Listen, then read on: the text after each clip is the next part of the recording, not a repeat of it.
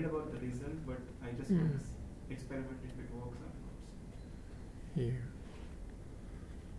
So okay, I guess I will just continue what we left behind last time.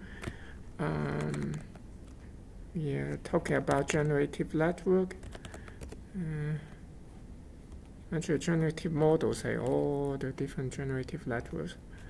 And we kind of like were talking about Boltzmann machine. And let's see where we were.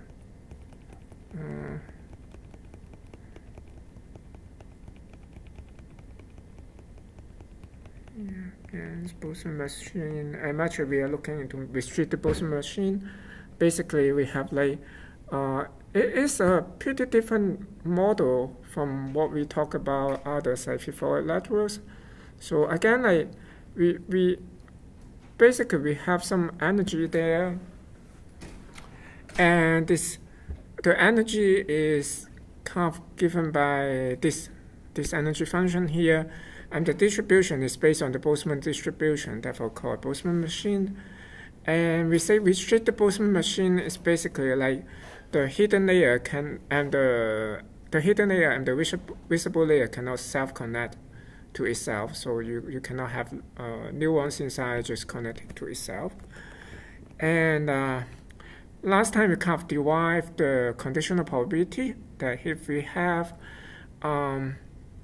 the given, like for example, given x, we try to sample h here, so it will have like expression like that as the probability, and also like the other way around. And given that, you can do gift sampling, where you can just fix one side. For example, if with input of x, then you sample like h1 at a time, and after you have a sample of h, then you go back and sample x, and then back and forth.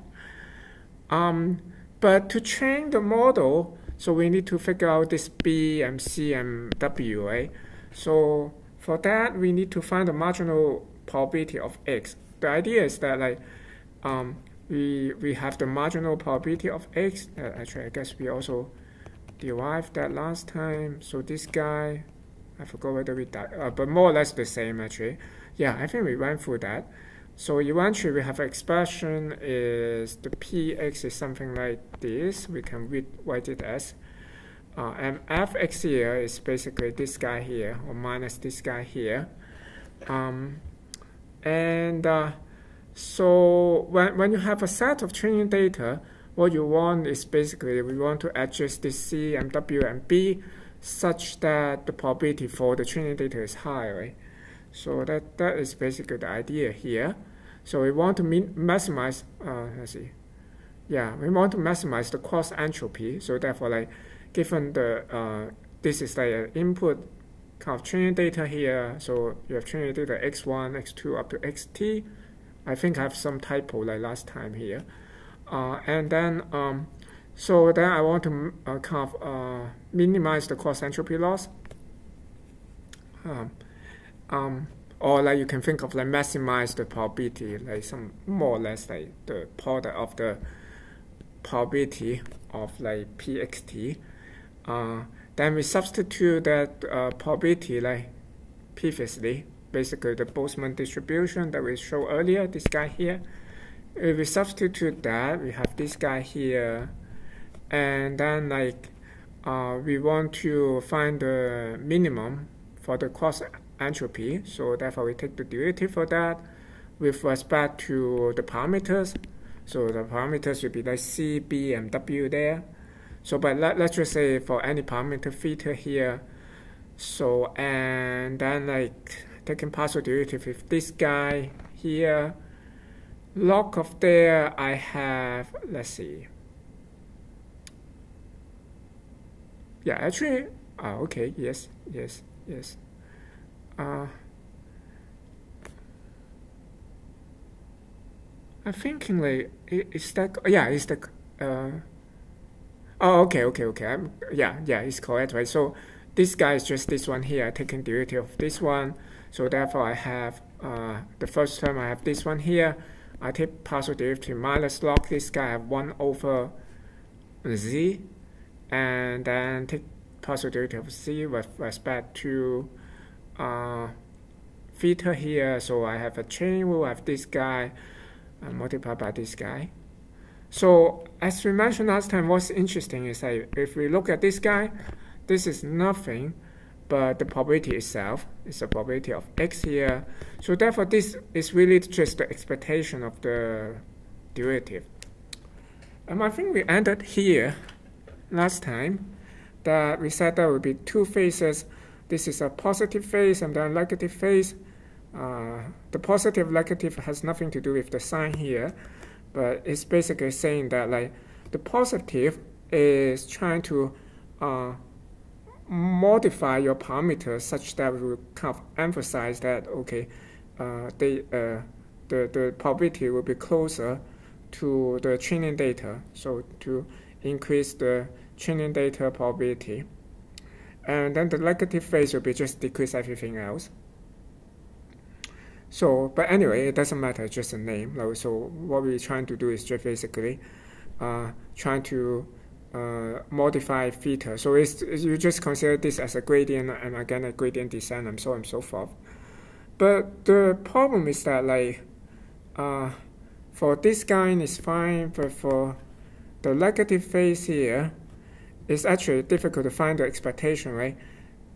Here, what I write it from here to here is just like make it look better, but in reality, we're really just trying to kind of like compute this one, multiply with the probability of x, and then take an integral or sum over them, all of them, right? So then this will be basically either integral or sum. In any ways, will be difficult to find. So what we are going to do instead is that we're just trying to actually, yeah, what people did is instead of like trying to do the sum or like integral here, we just sample one of them, like sample 1x, and just take that as a representative.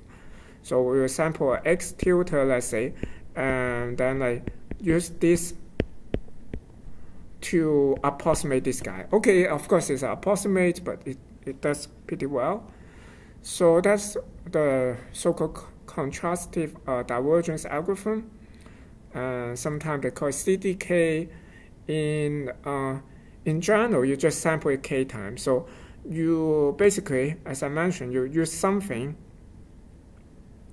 a kind of a negative sample, to represent your whole kind of integral there, like over all x. You just use one sample to kind of as an alternative of the original integral or sum. And this negative sample, we can do it by sampling, do it k times here. So as we mentioned, we do keep sampling. We start with some, let's say we have this training data, like as our initial sample, and then we use keep sampling to sample h, and then with the h, we keep sampling again to have this sample x here. So we repeat this k times, and then finally got this x tilde here. And interestingly, like in practice, many people just use CD1. So it means that like even though the algorithm called CDK, they just sample one, and it actually works surprisingly well in practice. So therefore, like in more details, like as we mentioned, like we sample this x tilde, so we replace what we have like with this guy here. Is the gradient of the loss function there, the cross entropy loss, and we call that like f is actually this guy, and the parameters is basically the theta, this c, b, and w, right? If we take the partial derivative of f with respect to c, we have this guy here. With respect to b, I have, if you remember, the soft pulse is actually just the integral of sigmoid. So take the derivative of this guy, we get back sigmoid, and of this, and take partial derivative of b here is nothing, right? So it's just sigma of this guy. If take partial derivative with respect to ij, I basically have also need to consider these terms here, as therefore like xj coming up basically. So so therefore like the whole algorithm will be more or less like that. Assuming I just consider one sample there, xt there, and then I get a negative sample. You see the CDK of X tutor there. Then I just update C like according to this gradient here. So I update C like with partial F partial C is minus X. So therefore I have like plus alpha xt minus X tutor because the gradient is this guy here. And similarly, I can update B and W like this.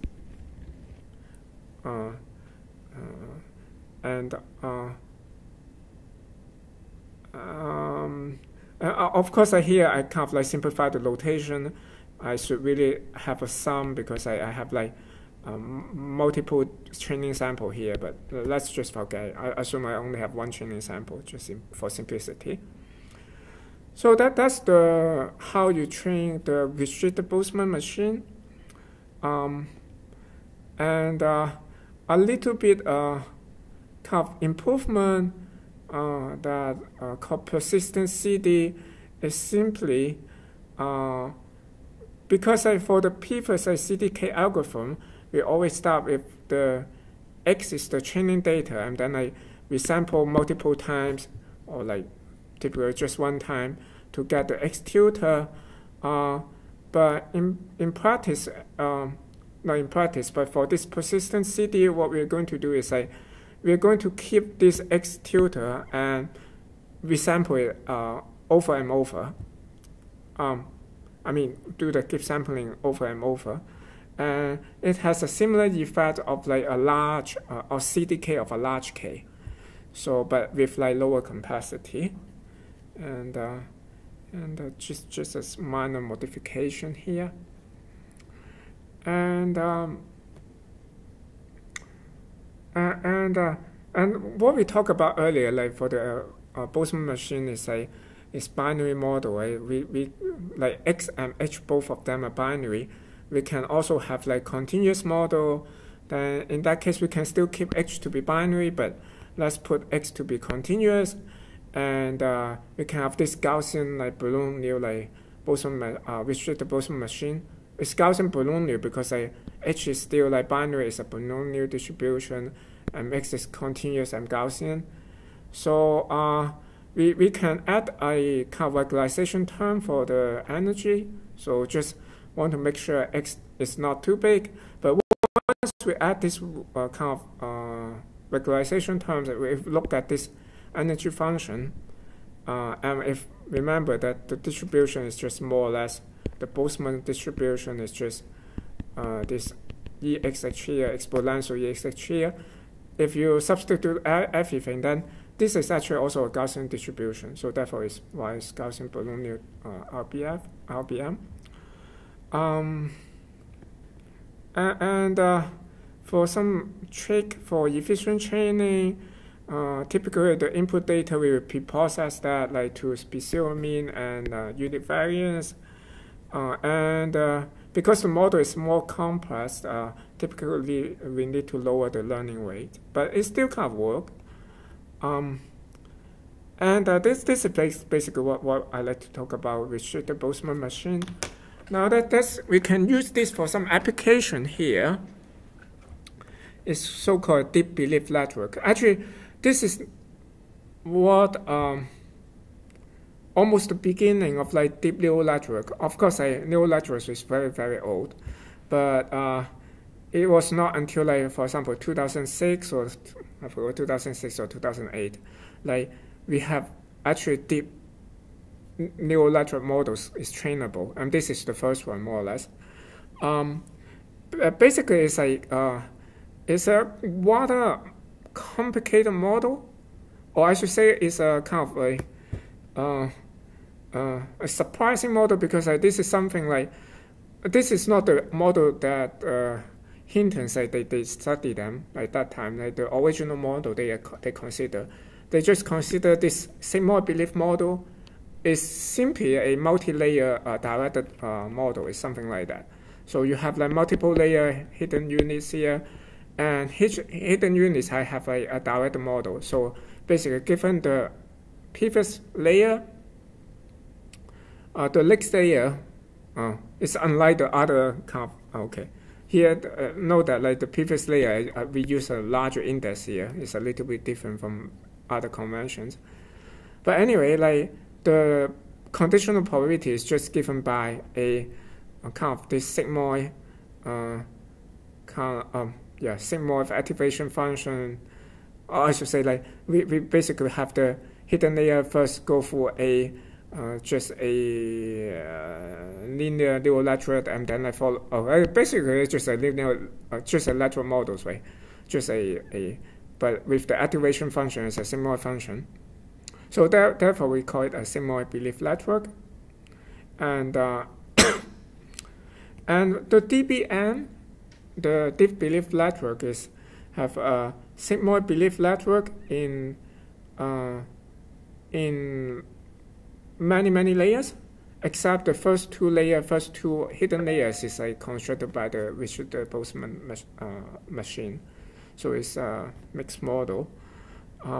So the history is like that. So basically, Hinton was working on algorithms to train the sigmoid belief network that we just described earlier. And then he just was stuck, and then he worked on something else. Then he worked on a restricted Boltzmann machine and came up with the CDK algorithm to train the restricted Boltzmann machine, and it works pretty well. Then it became very tempting to see like if we can. Is that misspelling? I don't know what the tempting is. Anyway. To use the restricted Boltzmann machine to train the deep belief the sigmoid belief network. So his idea was just, okay, let's train one network at a time, and then I use that as pretraining. So every 2 layers, consider that as a restricted Boltzmann machine, and then pretrain that, and then afterward fine-tune that. But it turns out that his student at that time pointed out you are wrong. Actually, this is not a sigmoid belief network. Somehow it is something different, and it's actually a deep belief network that we described earlier. So then that's why they introduced this deep belief network. And as I mentioned, it's basically the first successful deep neural network models, and revived the entire neural network area. And actually, there's also something called a deep Boltzmann machine, and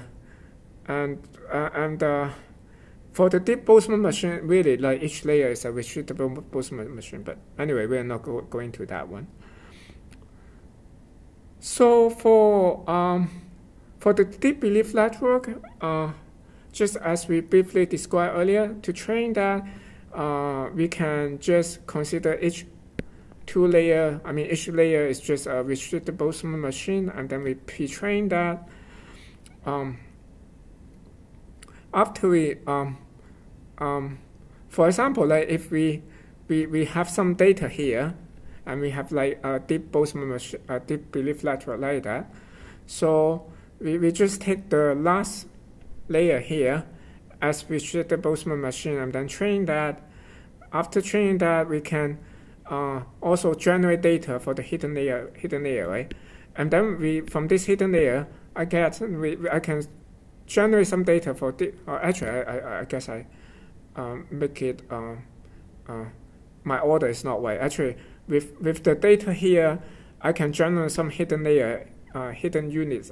Hidden layer data here, and afterward I can train this restricted Boltzmann machine layer here. But anyway, with that, I can generate data here, and then again, I can actually my order is not right earlier. So with that, I can again train the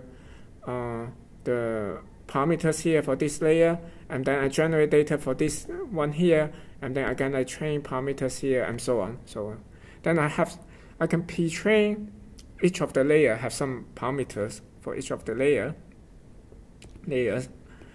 And afterward, we can fine-tune the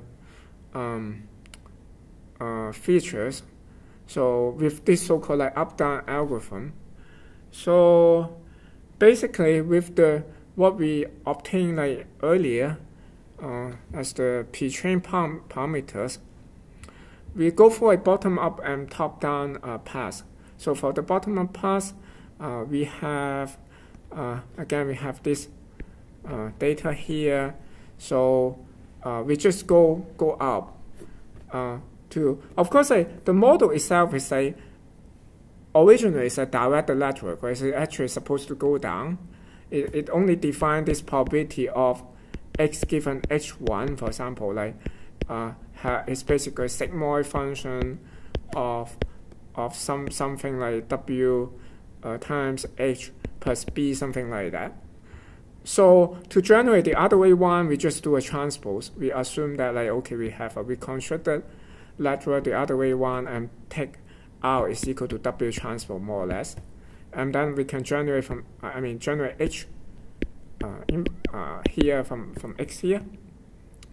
So and we can go. Let's see. Yes, and then we can go all the way up, like in the retrieval, in the pretraining step. We only like treat 2 at a time, right? But during this step, we can go all the way up, generate everything like here, and then afterward, like trying to update the parameter appropriately. So assuming that like now you have the parameters for each layer, now you can go back to fit this model here, right? To fit basically H and W. For example, like if I go all the way up here for this layer, I also have this model here. I need to make sure again this probability. Let's say I generate the data is called H tilde and original X here. So I want to make sure that this guy is big, something like that. So it's similar to what we did earlier with the cross entropy and so on. You can go back to earlier slides. And then after we train that, we can iterate several times.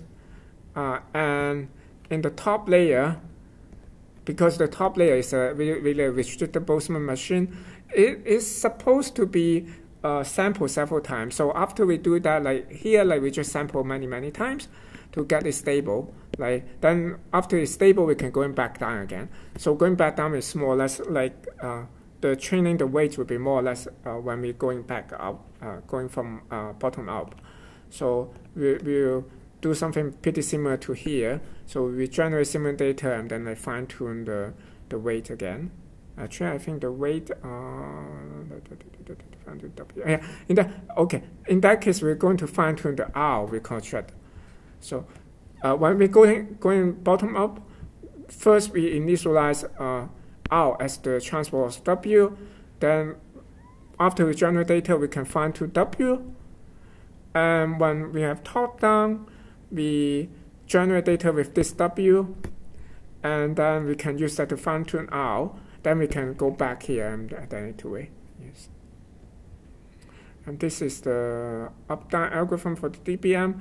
So anyway, that's the whole thing. An application that shows in the first application, I guess, against the toy application MNIST, they have like simple like 20 by 20 image, right, digital image, and then like the model they use at that time is like 500 like hidden units for one layer, then another layer, and then another layer is like actually just 3 layers, not a lot, and then this like they have this hidden unit. I'm also trained with the 10 labels. They use this model for classification, as you can see. So after you train the whole thing, assume you train the whole thing. Now what you can do is like you put in the image here, then you try to generate the let the whole okay, let's see. Then you can do inference for the, you have, let's see. Yes, you have the I guess this is kind of a direct model right here. It's a direct model. You have from the layer P, for example, if this is X, this is H1. So you have like P, X given H1 here. You have a direct model here. So, but given x of this direct model, of course you can going back, this is h2, let's say you have h3 here. So given x here, you can go back to see like what kind of, basically doing gift sampling and so on, to find the h3 that is high probability. Of course, after training, you have all this B, M, W, M, C. And then once you have this is more or less stabilized, then you can sample this guy, right? This is, or like, in any way, this is, I mean, this itself is a RBM restricted Boltzmann machine, right? Once you are kind of happy with this guy, you can like sample, keep sampling this guy, and then eventually this will stabilize more or less, and then this will be your kind of like probability that you, I mean, this will be your output. So let me just show you, maybe like it's easier to. Okay, wow. Do I have connection? Okay, I have connection here, I think.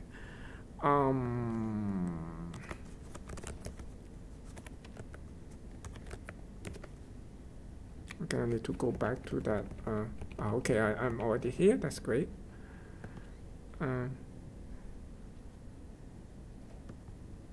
Where is it showing? Yeah, that's they still have the demo here. It's like over a decade ago. So this is like the MNIST example here. Like for example, I have the input. Like for example, this is the input. Like if I want it, you see like it's just trying to one. And this is kind of, I think this is probably after training. Is that? Yeah, I believe it's probably after training. So then you see it's like it's not like a feed-forward lateral. Okay, this is like kind of a stochastic model. So it's like keep changing. So but you can sample for a period of time, right? So you sample a period of time and maybe like you have like more than like 50% of times it's like you are label 1, then you output a label 1. So and I can try something else. For example, I have this here. Maybe I should increase the speed. It's kind of slow, right? So you see like, well, okay, it's like too quick maybe. So but it's like hopping right here, sometimes here, sometimes here. So if you have like most of the time is here, then you say I will output the label is this one here. So anyway, like it was the state of the art at that time, and for MNIST, it got like 1% error rate. It was very good, and this is kind of a summary. As I mentioned, this is like the earliest deep learning lateral models, and they actually, I think I have, okay, yeah, one of the earliest probably, I forgot, like 2006 or 2008, I forgot. So okay, this is like Boltzmann machine. So I want to talk another generative model today. Besides talk a little bit about autoencoder. So I guess maybe some of you, did you heard of that? Like any of you heard of autoencoder? Maybe it was not as popular as like several years ago. Like it's also like a very important model, say in early years of like deep learning. It still is actually, but maybe not as I mean yeah. Anyway, let's talk more about that afterward. So. The goal of autoencoder is for dimension reductions, and I guess many of you know what's dimension reduction. It's just reducing dimension, right? And the class algorithm is PCA. I actually have a couple of slides on PCA. I'm thinking like, should I talk about PCA? But anyway, maybe a quick review of PCA. So you have like high dimensional and dimensional data, right? So what PCA does is just trying to find the principal components, basically the directions in the high dimensional space for the data that have most variation, so have highest variance. So like this one, so for example, it's a 2D data. the principal components will be here, like if largest variation. And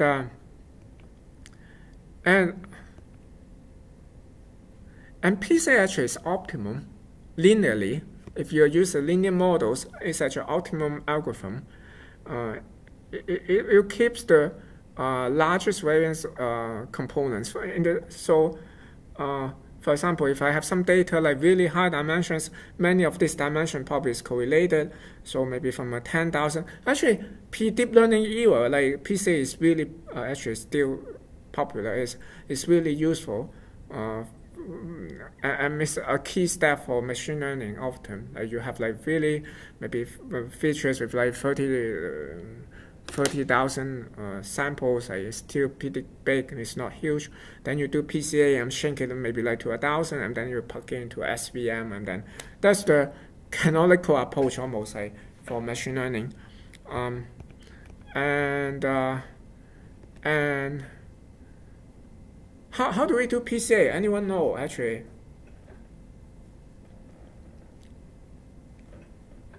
Any keywords you can remember, like argon or singular? That comes up.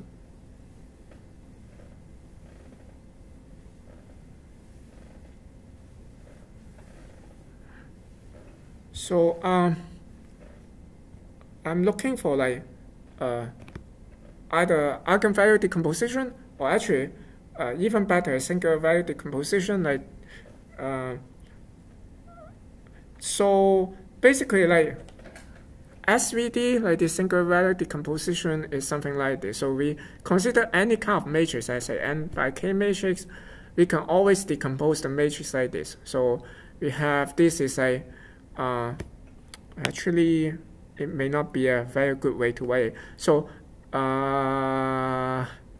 another way to write this is probably like this. This is U is a also square matrix, V is square matrix, and D is actually let's see, what's the white shape for that? Yeah, something like that. Probably I should redraw this.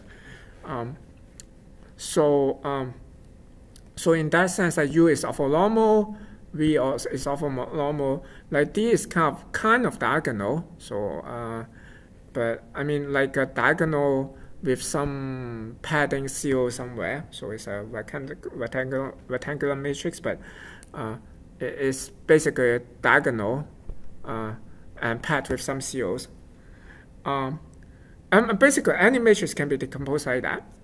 And remember, like when we say like orthonormal, it just means that like each of the column vectors is orthogonal to each other, and also they are normalized. So therefore, you will have also property U transpose U is equal to identity and so on.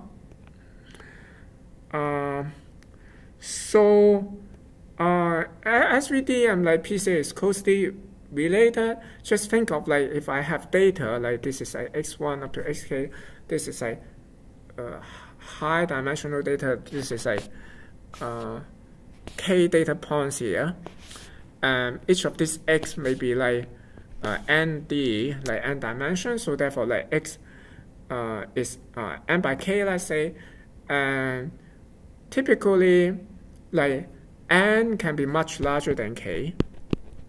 So therefore, like you have like just a small number of like data relative to its dimension. And then like let's consider the single value decomposition of this X matrix. So let's say I have this, write it as U sigma V transpose. So sigma therefore like is kind of diagonal. Now consider the coherence matrix here. And then like the coherence matrix is just like that, right? Assuming X is still mean, so it will be just like this. And actually, I should say like the empirical coherence matrix of the data. So it's really an approximation of this coherence matrix given the data. So then if I plug X with this single value decomposition here, so I will just have C is equal to this one, and therefore, like what you can see also, the singular values for this data x here, the data set here, is really also the kind of equals to the square root of the eigenvalues of the coherent matrix. See here. So in effect, like if we are we are dealing with the same thing, because what we're interested in one is really actually what PCA does is really we are going to keep the largest maybe I go back. I remember I have a slide like this, right? For this one, the coherence matrix of this guy, the eigenvectors of the coherent matrix is really these guys here. And the eigenvalues is really like the spread of this thing here. So therefore, like as you can see, like the coherence, the principal component is really just the eigenvector of the coherence matrix. So, and if you have higher dimensions, even higher dimensions, then we just want to keep, for example, like from MD to like MD here. So what we really want to do is just want to keep the m largest eigenvectors of this coherence matrix. And as we mentioned earlier, the eigenvectors for this coherence matrix is just equal to the single vector of the data matrix there. So therefore, like we can also like think of instead of like dealing with this eigenvectors here, just consider the single vector of this x here. So we just keep the single vector of the largest m largest single values of x. And we can prove that it's optimum. Actually, it's very easy to prove. For example, like if we have after like let's say x here is basically we keep just the m largest single values there, right? This is like the original x. You see the x hat here, the difference here I have instead of sigma here, I have sigma hat here. And sigma hat is basically originally I have the sigma has some values here, right? Some diagonal values like a, b, c, whatever, d, whatever. And this x hat here, I will just keep the largest m of them and set the width to be 0, and then I generate this x hat here. So now if I look at the errors doing that, it's just equal to this guy here. And you can go through some algebra, like, if you're interested. It turns out the error is I can write it in a matrix form. And this is actually the trace. Remember, the trace of the matrix is just sum of the diagonal. And I'm also like this is just equal. I substitute this here. Is I got this. Oh, sorry. No, substitute this here, substitute this here, I got this one, and then U transpose U is identity, so I have this here, and then I use a property basically, trace AB is equal to trace BA, so this move to the other side, so eventually I just have this here basically saying like, this guy here is just equal to trace of the diagonals square. And remember, like sigma and sigma hat, the difference is just like I remove some of these diagonal values, and trace is just summing up the diagonal values, right? So, assuming that if I'm not taking out the m largest value, but I taking something else, then of course the error will be bigger, right? Because here is basically summing up this sigma minus sigma hat will be the width of the values here, right? Width of the square, and sum over that. So if I don't take the largest m of them, I take something else, I will have something larger for the residual. So therefore, like this actually shows that like PCA is optimal, or like the way to construct that is optimal.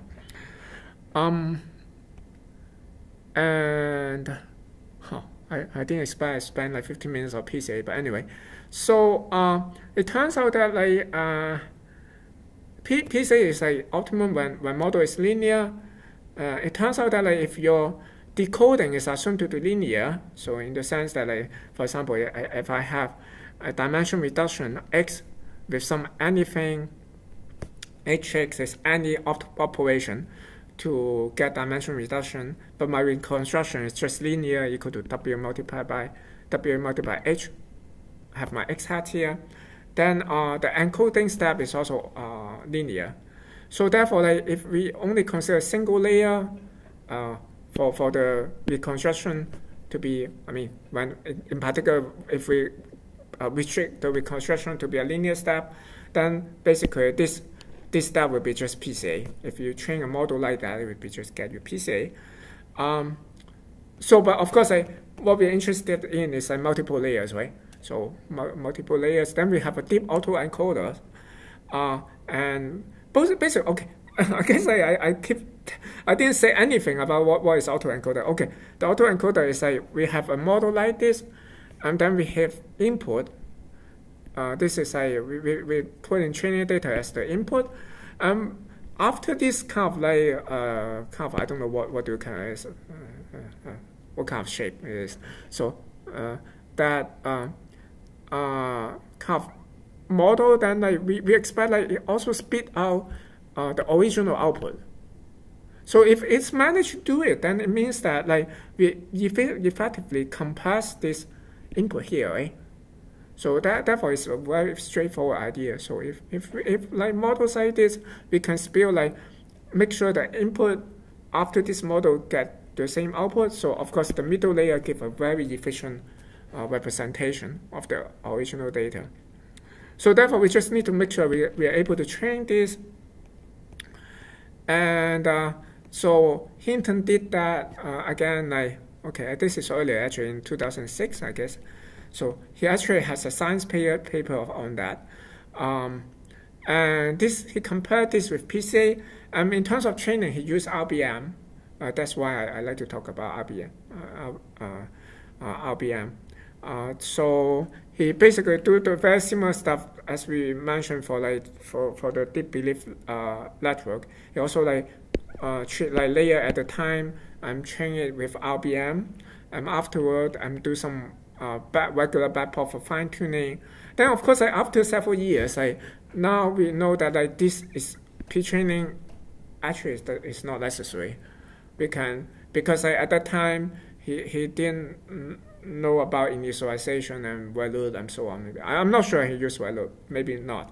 So probably not. So therefore, he has still multiple model. He needs to have pre-training to actually to have backport to work. So but anyway, still he used pre-training is really cool, the results, because compared with PCA is really efficient. For example, this is the representation compared with PCA and with this deep autoencoder. And he also apparently you can use that for dimension reduction. So you can use that for clustering. So he just it's very similar to the clustering models we talked about earlier, early in this course here. I forgot what's the. So anyway, but here's just model, right? So you after the dimension reduction, then you can visualize that in lower dimension, and this gives you a pretty good document classification clustering.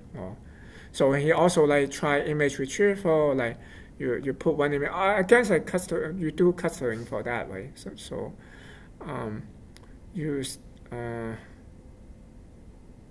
So basically, you start with one image. You have the model there. So you do some clustering. Okay, you have a representation in the middle, and then for the middle one, you can pick several. Okay, you have some training data. Each of them you have a representation there. Then now you have. Actually, you don't even need that, right? So you basically have the representation here. You have input here coming in. Then you look into all different images in the data set and see like from this representation which one is closer to this one, right? As long as it's close, then we just like just output those images, and then you have a image retrieval algorithm. And besides using the Boltzmann machine pretraining, actually from Banjo group they also have another pretraining idea. I mean, of course that's before people find that like you can just do backpop directly. So what they do is like they consider like they call this a stack autoencoder. They just consider like train autoencoder one layer at a time, basically. For example, like you have this ultimately go for several like layers of hidden units. So you can just, for example, for this part here, you can just train this one first. So by simply consider just this layer and put in training data here, right? And then just trying to train this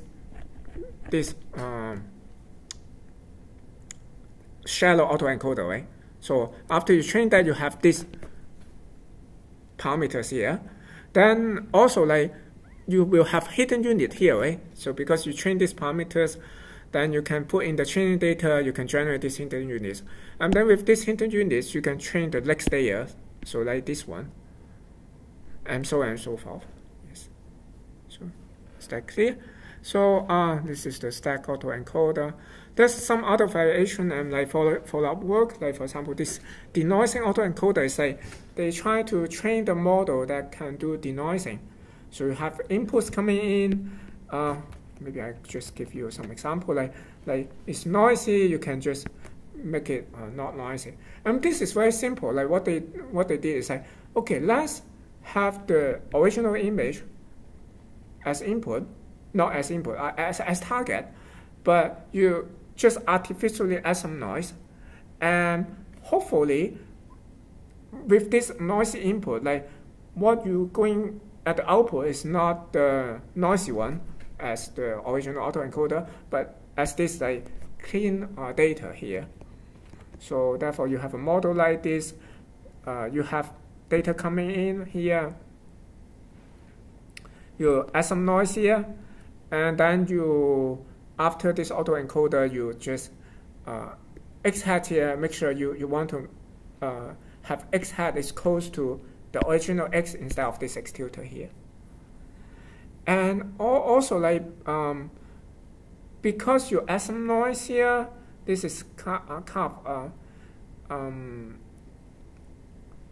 I mean it's kind of like add like some kind of regularization now. So therefore you can afford to have a bigger model. So therefore like in that case, you actually can have more hidden unit than before. So you actually can have not just a shallow kind of layer in the middle, but you can have a wider layer in the middle. Actually, that's what they do also. And that's the denoising autoencoder. Another variation is like they call it contractive autoencoder.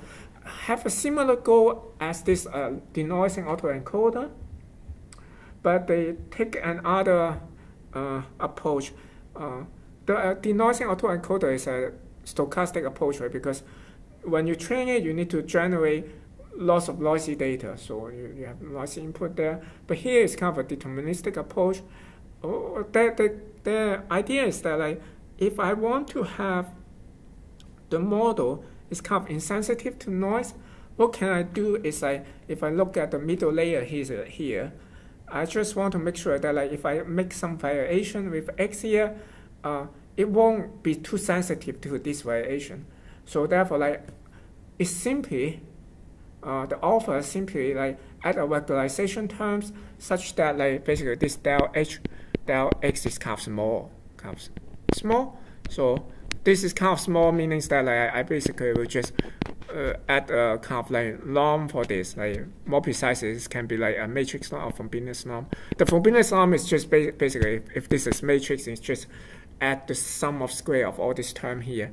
So therefore, that you have this one, add that, and then you will just try to train it to get your model there. So the poles are this model is deterministic. So therefore, you can use better optimizer, for example, second order optimizer. I mean, it turns out it's a bit more stable, but some cons is you need to compute Jacobian. It's kind of this may be computationally intensive, and of course, kind of more complex to implement as well. For denoising autoencoder, if you have an autoencoder, you just, add 2 lines of code and you can start working. But this one you need to modify lots of other stuff. And that's some interesting remark about pretraining, because you look at the history, people look a lot into pretraining, and then after a while they find that they don't need to look at pretraining anymore. And there's some comment from Banjo. So he pointed out some of the disadvantage of pretraining. Okay, you have a good initialization point that is likely to converge to something, but this is also a double-edged sword, basically, because your procedure like this is kind of greedy, right? If you pre-train each of this layer, you're likely to have an optimum, but maybe just a local optimum instead of global optimum. It's actually unlikely to be a global optimum because the whole procedure is a greedy procedure. It's like any of these greedy approaches is likely to get you local optimum instead of global optimum. So because basically you don't consider the multiple layer at the same time. Right? And this is another remark by Goodfellow. He mentioned that yeah, maybe you can read it yourself.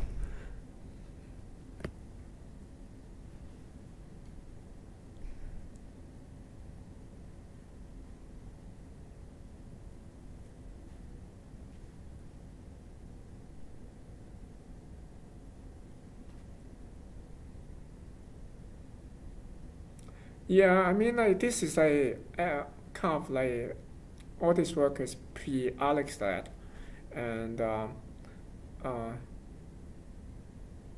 it was doing relatively well, but comparing now, but again, you don't know. Again, neural network itself is the major lesson, right? You can have